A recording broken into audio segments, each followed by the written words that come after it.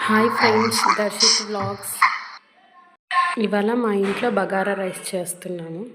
దానికి కావాల్సిన పదార్థాలు 2 కప్స్ రైస్ వేసుకోవాలి.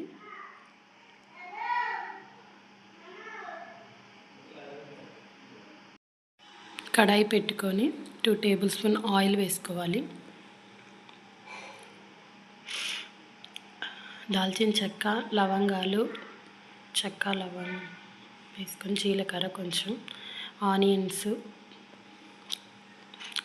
మొత్తం గోల్డెన్ కలర్ వచ్చేంత వరకు కలుపుకోవాలి.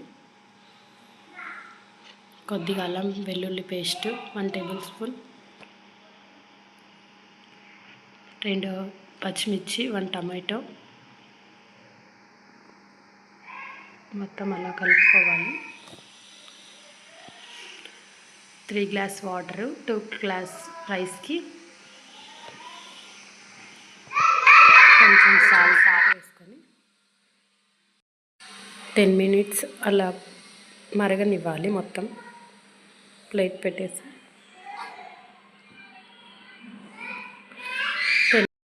10 మినిట్స్ తర్వాత బాగా మరిగింది.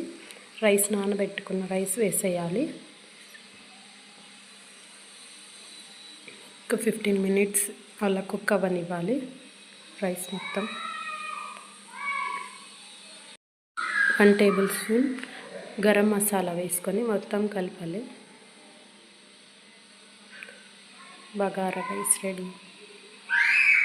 రైస్లోకి రైతా, పెరుగు 2 టేబుల్ స్పూన్,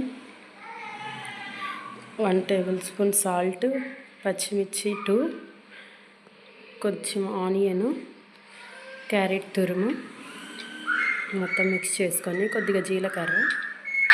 ఫ్రెండ్స్, మా పేజ్ లైక్ చేయండి, షేర్ చేయండి, కామెంట్ చేయండి, సబ్స్క్రైబ్ చేయండి.